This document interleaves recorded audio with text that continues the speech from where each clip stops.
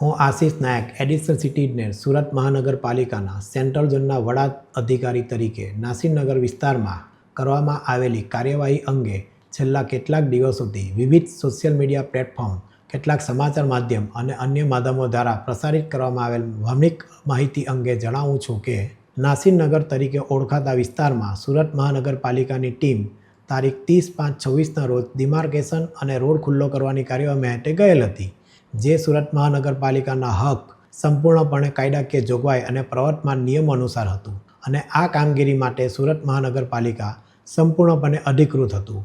જે કાર્યવાહી દરમિયાન સામાન્ય સુલેહ અને શાંતિ જળવાઈ રહે તે માટે પોલીસ વિભાગને રૂટીન જાણ કરીને જરૂરી સહયોગ પણ પ્રાપ્ત કરવામાં આવ્યો હતો. આ સમગ્ર પ્રક્રિયા સંબંધિત દસ્તાવેજ પુરાવા અને સ્થળ પરની હકીકતોના આધારે હાથ ધરવામાં આવી હતી.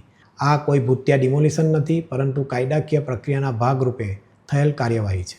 આ કામગીરી દરમિયાન થયેલી ઘટનાને લઈને માનનીય મ્યુનિસિપલ કમિશનર દ્વારા એક તપાસ સમિતિની રચના કરવામાં આવી છે. ડિમોલિશન સંબંધિત તમામ મુદ્દાઓ અંગે નિષ્પક્ષ તપાસ ચાલી રહી છે. આ તપાસ પ્રક્રિયાને સંપૂર્ણ સહયોગ અમે આપી રહ્યા છે. તેમ છતાં દુર્ભાગ્યવશ કેટલાક કહેવાતા આગેવાનોએ આ મુદ્દાનો દુરુપયોગ પોતાના અંગત સ્વાર્થ અને રાજકીય લાભ માટે કરી રહ્યા હોય તેવું જણાઈ રહ્યું છે. માટે સોશિયલ મીડિયા ઇન્ફ્લુએન્સરો તથા બિનઅધિકૃત મીડિયા દ્વારા અધૂરી, એકતરફી અને ભ્રામક માહિતી પ્રસારિત કરવામાં આવી રહી છે.